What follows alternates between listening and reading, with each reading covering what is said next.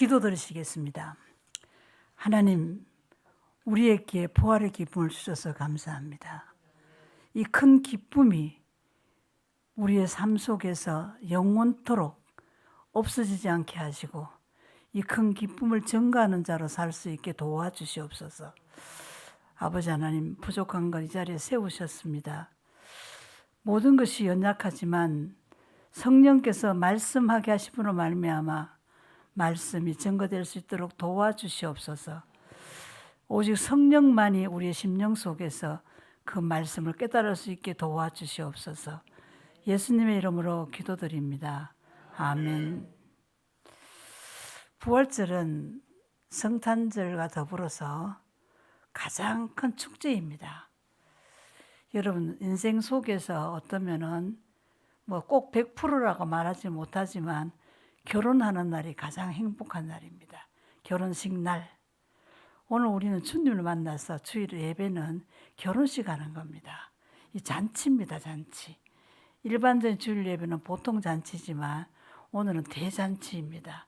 이 대잔치에 가장 약한 자를 불러주셔서 감사를 드립니다. 사실은 제가 4개월 전에 계단 8개를 굴렀어요. 굴러가지고 척추가 골절당해가지고 지금도 복대를 하고 있어서 행동이 굉장히 어둔합니다. 그래서 간신히 이제 4개월 되어서 가까이 되어서 한국을 나왔는데 한국에 도착하자마자 공항에서 황달이 온몸에 퍼져가지고 사람이 그냥 꼬리 아닌 모습으로 바뀌어버렸습니다. 급하게 응급실을 거쳐서 병원에 갔는데 담도가 간에서 나가는 담액이 나가야 되는데 담도가 폐쇄돼 막혀버리니까 이게 못 나가니까 황달을 돼서 몸이 차는 거예요. 그래서 병원에서 급하게 담도를 뚫고 그게 스텐트를 넣는 시술을 한 지가 이제 일주일 남짓 됐습니다. 어떤 의미에서 자리에 선다는 것은 외람된 얘기라고 생각합니다. 그러나 약속했기 때문에 저 앞에 설 수밖에 없었고 또 이런 자를 서시는 주님이 너무 위대하시고 너무 감격해서 오늘 함께 몇 가지 본문의 말씀을 갖고 한번 같이 나눠보고자 합니다. 주님이 부활절을 우리에게 주시기 위해서 부활의 기쁨을 주시기 위해서 빌립보서에 있는 말씀을 보면은 자기가 하나님과 동등됨을 피워놓으셨다. 그러니 그 말씀은 신의 자리를 내려놓으시고 사람이 되신 것입니다. 신의 자리를 내어놓는다는 것은 주님에게서는 완전히 자기의 모든 권리를 포기하시는 서는 자리입니다. 서라. 그러므로 말미암아 주님은 무덤 속에서 죽기까지 완전히 섰을 때에 우리에게 큰 구원의 역사와 우리가 영원토록 살아갈 수 있는 부활의 은총을 허락해 주신 것을 볼 수가 있습니다. 그것이 바로 오늘 부활절이기 때문에 제가 오늘 제목을 서라 이런 말씀을 갖고 출애굽기의 말씀이지만은 한 번 더 연관시켜서 말씀을 드려보고자 합니다. 오랜 종살이를 끝내고 드디어 하나님의 약속의 땅을 향해서 가슴 벅찬 대행진이 시작되었습니다. 이스라엘 백성들이. 그러나 이제 출발이다. 우리는 살았다.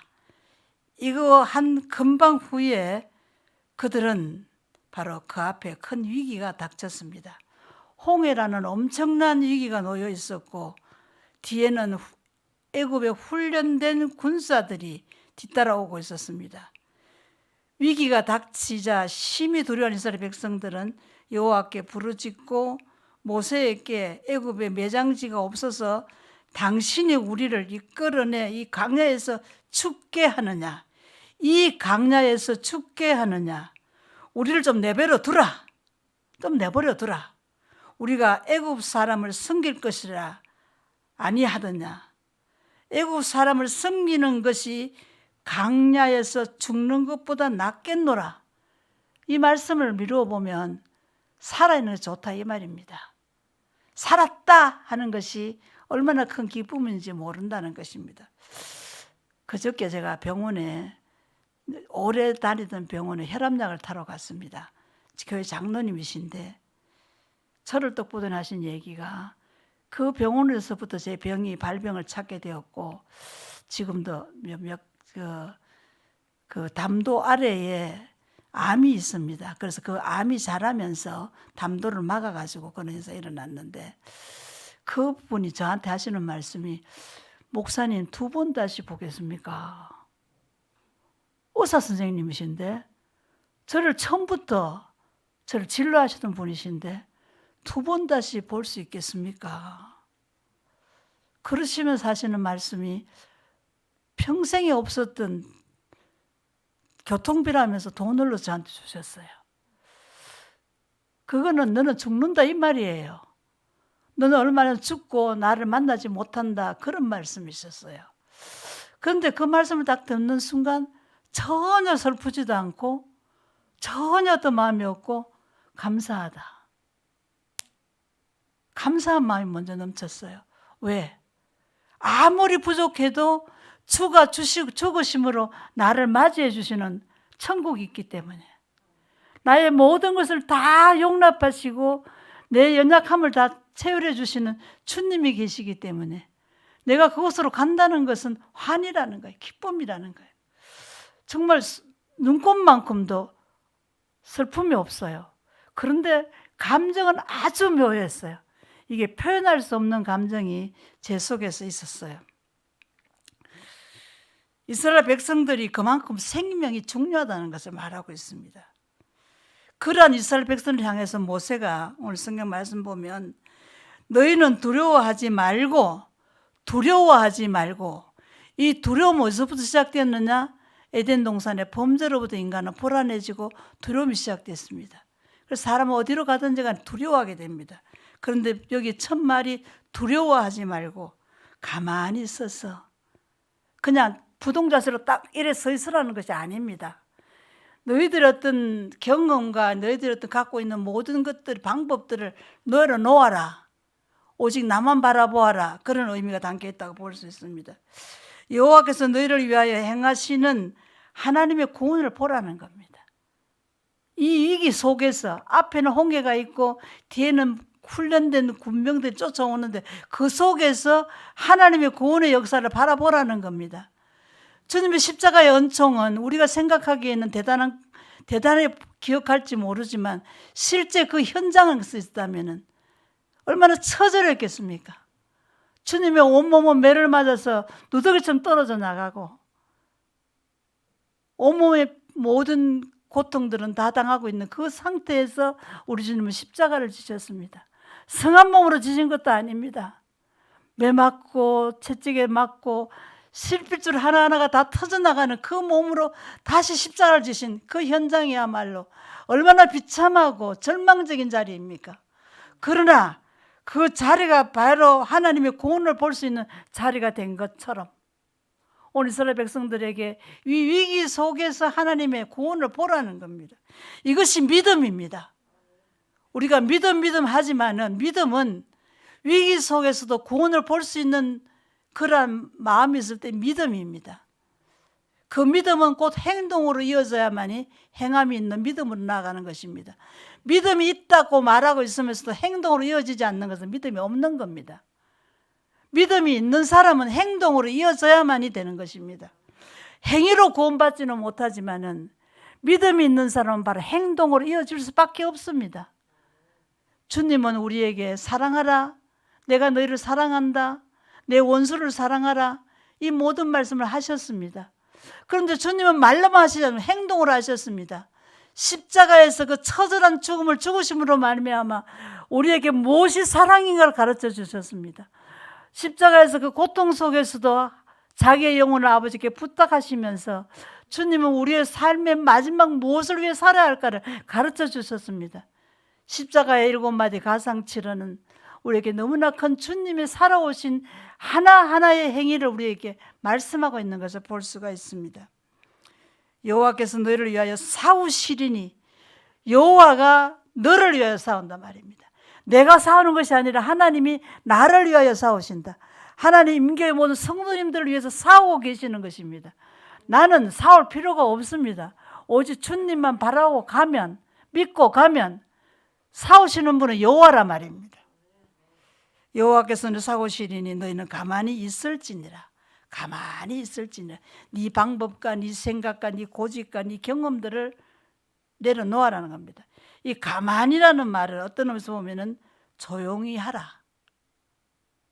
아무리 큰 일을 만나도 조용히 하면 살아날 수가 있습니다.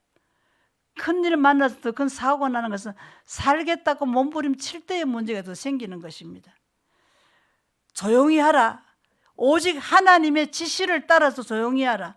모든 사람들의 생각을 내려놓아라. 너희가 가진 현실에서 조용하라는 겁니다. 여러분 살아가는 삶의 속에서 내 소리, 내 고집, 내 방편 이걸 다 조용히 하라는 그런 뜻이 여기에 담겨져 있다고 볼 수가 있습니다. 다 아시는 얘기겠지만 교회에 내시가 많으면 가장 큰 문제입니다. 내가 교회 내시가 하나도 없어야 됩니다. 교회는 주씨만 있어야 됩니다. 주님이 여러분 성이 모두 주시라야 됩니다. 주님이 내가 했어. 저거는 내가 했어. 저건 내가 헌납했어. 내가 봉사했어. 내가 한 거야. 내가 기도한 거야. 내 기도대로 이루어진 거야. 내가 이게 있으면 교회는 문제가 됩니다. 오직 추구하셨어. 저 같은 사람 일을 뭘 하겠습니까? 온몸의 병은 다 갖고 있습니다. 간경화로부터 시작해서 모든 병은 다 갖고 있습니다. 다리도 제대로 서지 못합니다. 철쭉골절은 2번째 당했습니다. 뭘 할 수 있겠습니까? 아무것도 못합니다. 그러나 주님이 저 같은 자를 심부름꾼으로 서시니까 사용되어지는 것입니다.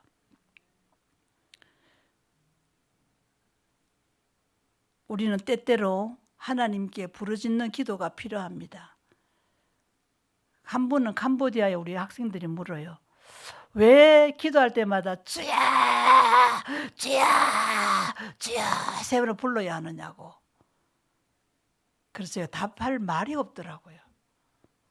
답할 말이 없어요. 주님이 어디에 계십니까? 저 높고 높은 하늘에 계십니까?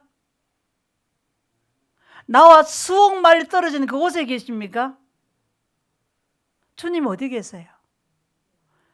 주님은 내 안에, 내가 주님 안에 계시기 때문에 나의 숨소리까지 다 들으신다는 겁니다. 내가 중얼거리는 소리까지 다 들으신다는 거예요.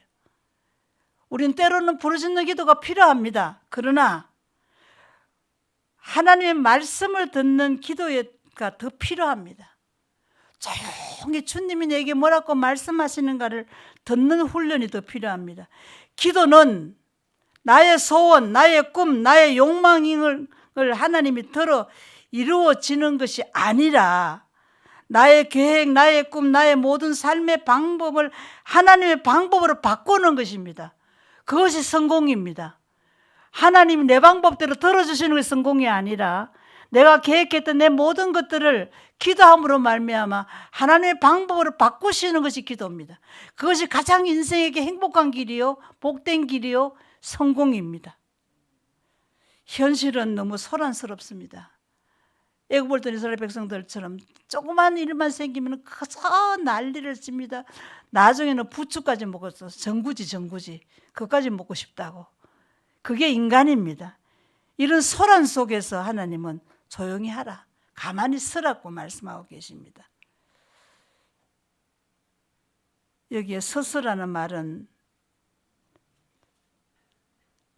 행동을 준비하기 위해서 우리는 서 있어야만 합니다. 누워있으면 일어나는 시간 많이 걸리죠. 항상 하나님 앞에 우리의 삶은 스탠바이. 너 앉아라, 예. 너 가라, 예. 너 이거 해라, 예. 하지 마라, 예. 믿는 사람, 믿음 있다는 사람은 예스맨밖에 없습니다. 아니오가 없습니다. 서서 가만히 서 있으라는 것은 너 아무것도 하지 마라가 아니고 언제든지 하나님의 명령 앞에 즉시 행동할 수 있는 자세로 그 말씀에 귀 기울이고 서 있으라고 말씀하고 있습니다.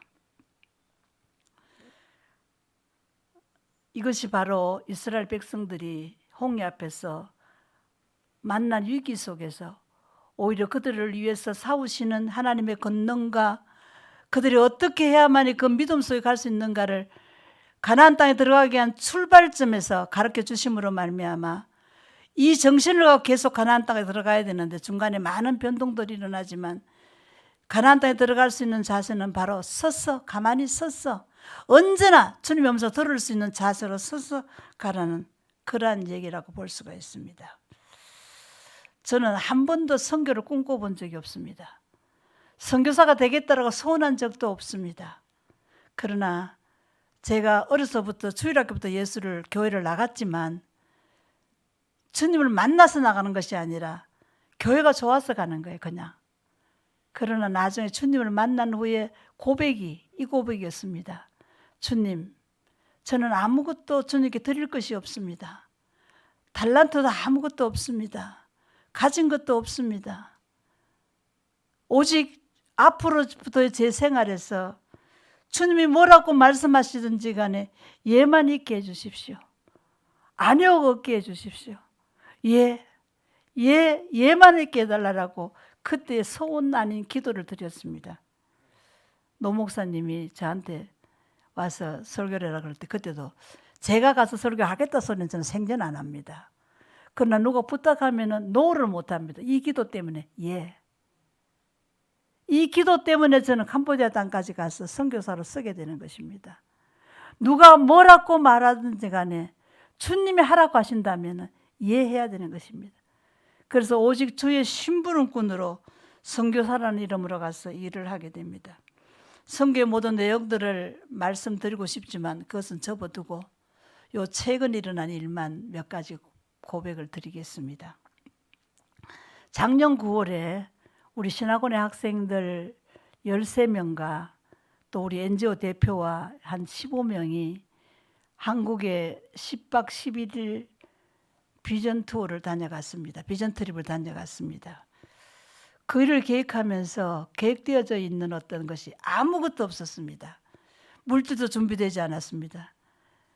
먹고 자고 이거 빼놓고 드는 돈이 한 2천만 이상이 들어가야만 합니다.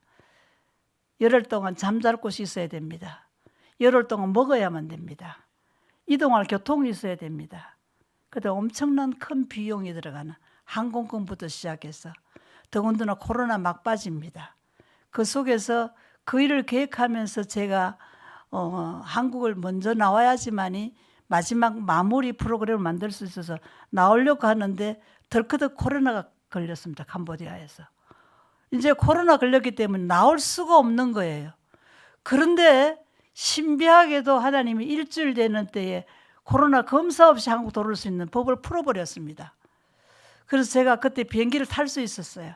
안 그러면 비행기를 못 탔습니다. 딱 제가 나오려고 끊어놓은 비행기표 끊어놓은 날 그날로부터 해제가 된 거예요. 그런데 비행기표를 딱 끊어서 타려고 그러니까 제 양심이 나를 붙드는 것입니다. 너 이 검사서에 알았나? 안 알았다. 열 났나? 안 났다. 다 거짓말로 표시해야만 들어올 수 있는 것입니다.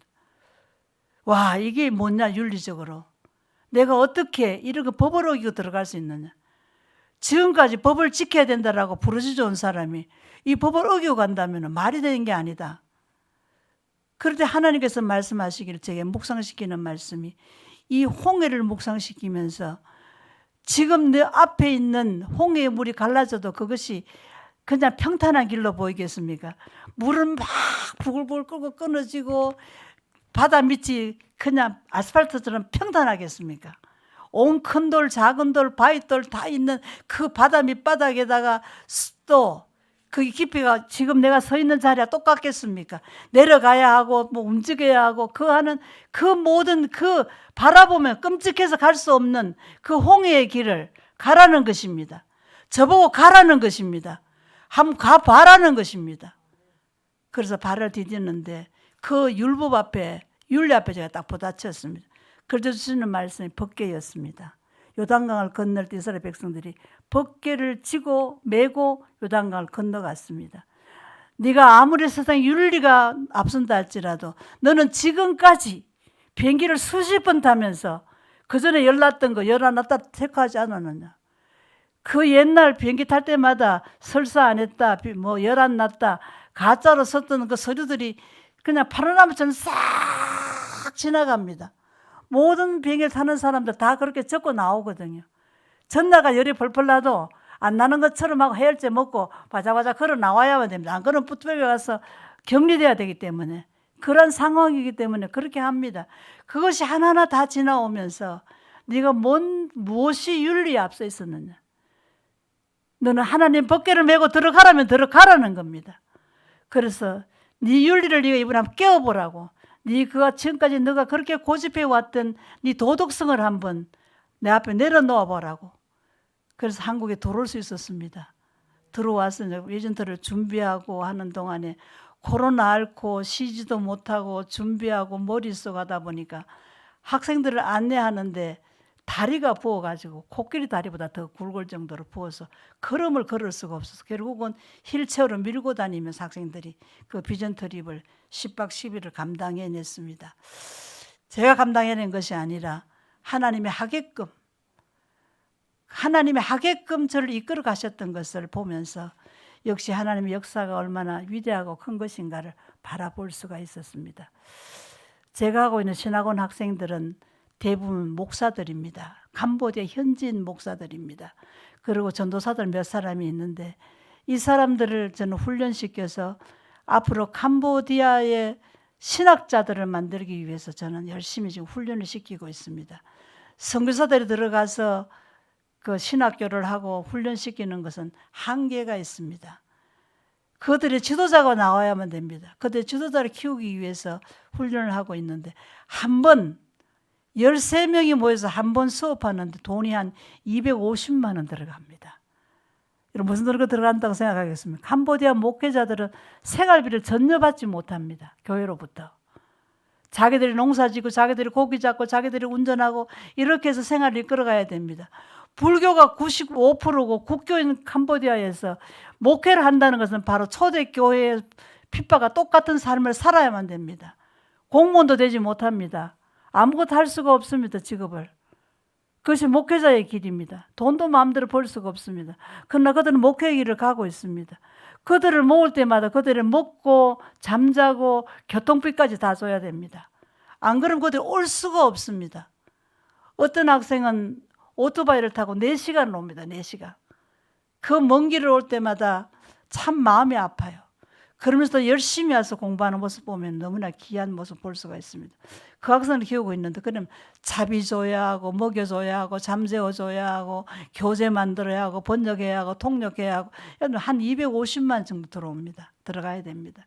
그런데 안동에서 교장 선생님이나 교감으로 심호하셨던 장로님들이 은퇴하신 후에 몇 분이 지금 6명이신데 모여가지고 그들이 국가로부터 하는 연금에서 얼마를 떼서 회비를 모아서 우리 이사회가 구성이 되어지고 우리 공부할 때마다 한 1,000불 정도, 요즘 환율 한 130만 원 정도가 돈이 옵니다.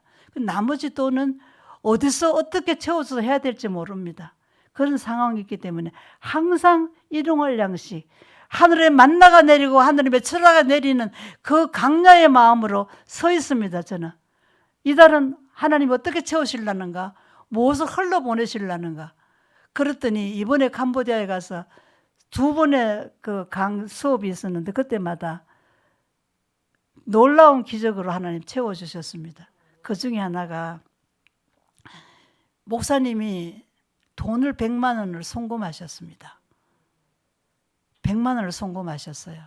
그 돈이 어떤 돈이냐 그러니까 이 마을에 화재가 생겨가지고 화재 기금으로 100만 원을 내어놓았더니 그 사건을 미국에 있는 교회가 알고는 미국에서 그 돈을 도로 목사님 쪽으로 송금을 하신 거예요.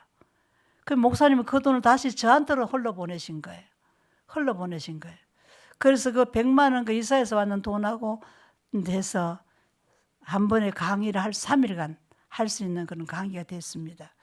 그런데 거기서 또 기적이 일어났습니다. 제가 학생들에게 봉투를 다 나누어주고 수업에 대한 얘기를 하면서 이번에는 이런 귀한 것이 흘러내려와서 여러분이 수업할 수 있었다. 그러면서 노 목사님 얘기를 드렸습니다. 그런데 그 얘기를 들은 우리 학생 하나가 그 아이는 통역도 하고 번역도 하기 때문에 조금 저한테로부터 많이 받아갑니다. 번역비도 받아가고 통역비도 받아가기 때문에 그 돈을 가지고 원래 대학에 들어간 2 학생에게 노트북을 사줬습니다.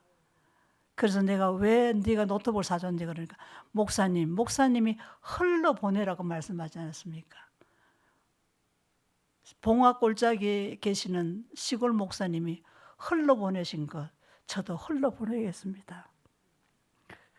그 얘기를 듣는 순간 눈물이 그냥 확 차올랐습니다. 흘러보냈습니다. 지금 그 두 학생의 대학생은 제가 등록금을 조달하고 있지만 앞으로 자라서 지금 교회 찬양 지도자입니다. 걔들은 고등학교 때부터 생활비를 제가 조금씩 협력을 하고 있는 아이들인데 원래 대학을 들어가게 되고 캄보디아는 대학을 마음대로 갈 수 없습니다. 고등학교도 능력 시험을 쳐야만 졸업이 됩니다. 그 시험을 통과하지 못하면 대학을 못 갑니다. 고등학교 졸업장도 못 받습니다. 수료를 해도. 그러나 걔들은 그 공부를 마치고 대학에 들어가서 그들이 공부하기 위해서 노트북이 필요하니까 그 아이를 사주면서 목사님이 흘러보내라 해서 저도 제 것이 아니기 때문에 다 흘러보냈습니다. 자, 지금 두 학생의 노트북으로 목사님 보신 돈이 흘러 들어갔습니다. 앞으로 그 학생들이 자라서 어디로 어떻게 흘러가는지 이것이 선교입니다. 이것이 부활의 신앙을 사는 우리의 신앙입니다. 부활의 신앙은 머물러 있지 않습니다. 흘러가야만 됩니다. 흘러내려가야만 됩니다. 이것이 바로 부활의 신앙이라고 볼 수가 있습니다. 부활의 신앙을 경험하는 우리 인교의 성도님들 흘러보내시기 바랍니다. 사랑을 흘러보내시기 바랍니다. 믿음을 흘러보내시기를 바랍니다. 여러분의 소망도 흘러보내시기를 바랍니다. 여러분의 물질도 흘러보내시기를 바랍니다. 그것이 열매가 되는 것을 볼 수가 있습니다. 제가 신학대학교 4년 또 목교원 신대원 3년 공부할 때 등록금을 제 돈으로 한번 쓴 적이 없습니다. 신학대학 다닐 때는 포항에 계시는 어떤 의사 선생님 한 분이 4년 동안 등록금을 다 주셨습니다. 신대원 다닐 때는 대구 서남로의 여전도 연합회가 제 등록금을 다 주셨습니다. 그런데 가만히 보니 그것이 어디서 흘러왔는가? 제가 목회를 하면서 제가 아무리 힘들어도 학생들을 기르는 일에는 남 몰래 흘러보낸 돈들이 있었습니다. 나는 한 번 흘러보내면은 하나님은 그것을 갖다 10배씩 흘러보내서 저한테 오도록 만들어주신 것을 경험하게 합니다. 지금 제 성교는 어떤 계획된 물질이 없습니다. 그런데도 흘러 들어옵니다. 진짜 기적적으로 흘러 돈이 들어오고 있습니다. 이것이 바로 하나님이 하시는 하나님의 방법이라고 볼 수가 있습니다. 많은 일은 못하고 있지만 저는 학생들을 키우기 위해서 가장 노력하는데 그래도 제 손으로 캄보디아 현지인 목사 65명을 안수했습니다. 65명의 현지 목사를 세울 수 있는 길을 주님은 감히 제게 그 영광스러운 은총을 허락해 주셨습니다. 저는 하나님 앞에 기도를 잘 못합니다. 어떤 기도를 잘 못하는가? 하나님 주이소. 이거 주이소. 저거 주이소. 저거 주세요. 이걸 잘 못합니다. 왜? 생명 다 내어준 주님 앞에 주님은 내게 무엇이 아까워 안 주시겠습니까? 그 생명까지도 내어놓으셨는데 무엇이 아까워 안 주시겠습니까? 그냥 하나님 이러이런 일이 있습니다. 이번에 우리 신학원 공부하기 위해서는 이런 일이 필요합니다. 이렇게만 말씀하거나 하나님 말씀 다 드렸습니다. 아셨죠? 이게 기도에 답니다. 그리고는 주실 소리를 못합니다. 그러면 정확하게 다 주셔요. 정말 정확하게 다 주세요. 모자람 없이 딱 남으면 1,000원 남아요. 1,000원. 1,000원 정도 딱 남도록 다 채워주신 하나님을 볼 수가 있습니다. 예배당도 한 13곳 지었습니다. 교회 건축을 한 13곳 제 손을 거쳐서 주님이 심부름하게 하셨습니다. 이번에 교회 한 곳을 더 건축하려고 계획 중에 있습니다. 정말 캄보디아인들에게 옳은 복음을 전할 수 있는 교회가 되도록. 캄보디아 신앙은 혼합주의 신앙이 너무나 강합니다. 왜냐하면 국교가 불교이기 때문에 그들은 불교가 종교가 아니라 생활입니다. 그래서 교회 속에서도 불교가 녹아져 있습니다. 아무런 거부감 없이 그들은 가고 있습니다. 오늘은 교회 왔다가 내일은 절에 가고 내일은 절에 갔다가 오늘은 교회 오고 이것이 그들의 보통적인 생활입니다. 그 속에서 목회하는 그 목회자는 얼마나 어렵고 힘들겠습니까? 그러나 예배당 한 곳 한 곳이 세워질 때마다 하나님 놀라운 복음의 역사가 일어나는 것을 볼 수가 있습니다. 더 중요한 것은 예배당의 건물이 중요한 것이 아니라 그 속에 누가 목회하느냐가 가장 중요한 것입니다. 어떤 자가 그 속에 목회를 이끌어나는 더 중요하기 때문에 저는 우리 학생들 한 사람 한 사람 다 교회라고 볼 수 있습니다. 다 교회입니다. 코로나가 한창 창궐할 때도 하나님은 개미 군단들을 모아서 캄보디아에 교회 하나를 세웠습니다. 처음에는 1층만 지어주려고 생각했는데 2층 짓고 3층까지 올렸습니다. 조그마한 건물이지만 땅이 적어서 조그만하지만 3층까지 올리고 보니까 설모가 있더라고요. 어떤 사람을 통해 하시는가? 서 있을 때에 내 힘이 아무것도 없고 오직 주만, 내가 주 안에 있다라는 그 감격, 나 같은 죄인이 주 안에 산다라는 그 감격, 나 같은 죄인 속에 주가 들어와 같이 동행하신다는 그 감격이 있는 자를 통해서 하나님 이루어 가십니다. 이 임기교회는 언제나 성도들의 심령 속에 주가 그 안에 계심, 주가 내 안에 계심. 여러분, 그 감격이 부활의 신앙입니다. 부활하신 주님은 먼 곳에 계시는 것이 아니라 내 안에 계십니다. 여러분 안에 계십니다. 그래서 나는 행복합니다. 나는 즐겁습니다. 나는 소망을 갈 수가 있습니다. 비록 육신은 낮고 육신은 험하고 병들고 고통스럽고 비천하다 할지라도 주가 내 안에 계시기 때문에 우리는 존귀한 자들입니다. 여러분 다 존귀하신 분들입니다. 비록 허리가 구부러지고 어르신들 걷지 잘 못한다 할지라도 하나님이 가장 존귀한 분으로 세워줬습니다. 존귀한 사람은 존귀한 자의 모습으로 살아갈 때에 우리는 행복한 것입니다. 이 임기의 모든 분들에게 부활의 신앙은 바로 그리스도가 나 같은 존재 속의 삶으로 말미암아 나는 아무것도 할 수 없지만, 나는 가만히 서서 있지만 주의 능력으로 감당할 수 있는 은혜가 있음을, 복받은 자임을 늘 행복하면서 전번에 제가 말씀드린 것처럼 항상 감동이 있는, 와, 전번 제가 한번 서로 이거는 말씀드린 것 같아요. 우와, 살았네. 와, 깼네.